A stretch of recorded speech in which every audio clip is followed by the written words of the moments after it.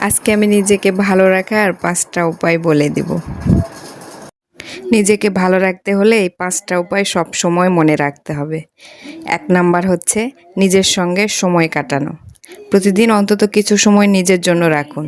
বই পড়া, গান শোনা, ডায়েরি লেখা, শুধু নিঃশব্দে থাকা, এই সময়গুলো আপনাকে ভেতর থেকে শক্তি দেবে। ২ নাম্বার, নেই বলার সাহস রাখুন।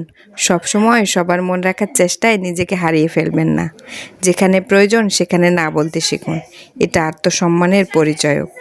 ৩ নাম্বার, সুস্থ জীবনযাপন করুন। সঠিক ঘুম, নিয়মিত খাওয়া-দাওয়া, হালকা ব্যায়াম, এই ছোট অভ্যাসগুলো আপনার শরীরের পাশাপাশি মনকেও ভালো রাখবে। ৪ নাম্বার, নেতিবাচক মানুষ থেকে দূরে থাকুন। যেসব মানুষ শুধু অভিযোগ করে, সমালোচনা করে, আপনার আত্মবিশ্বাস নষ্ট করে, তাদের থেকে নিজেকে দূরে রাখুন। নাম্বার ৫, আল্লাহর উপর ভরসা রাখুন। সব কিছু আপনার হাতে নেই। এটা মেনে নিয়ে সৃষ্টিকর্তার উপর আস্থা রাখুন। নামাজ, দোয়া, ধ্যানে মন দিন।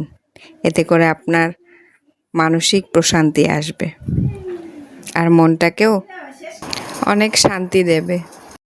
নিজেকে ভালো রাখার জন্য এই ৫টা উপায়ই কিন্তু দরকার, যা আমাদের মানসিক, শারীরিক সুস্থতায় অনেক বেশি সাহায্য করবে। আর এগুলো সবসময় আমাদের মনে রাখতে হবে।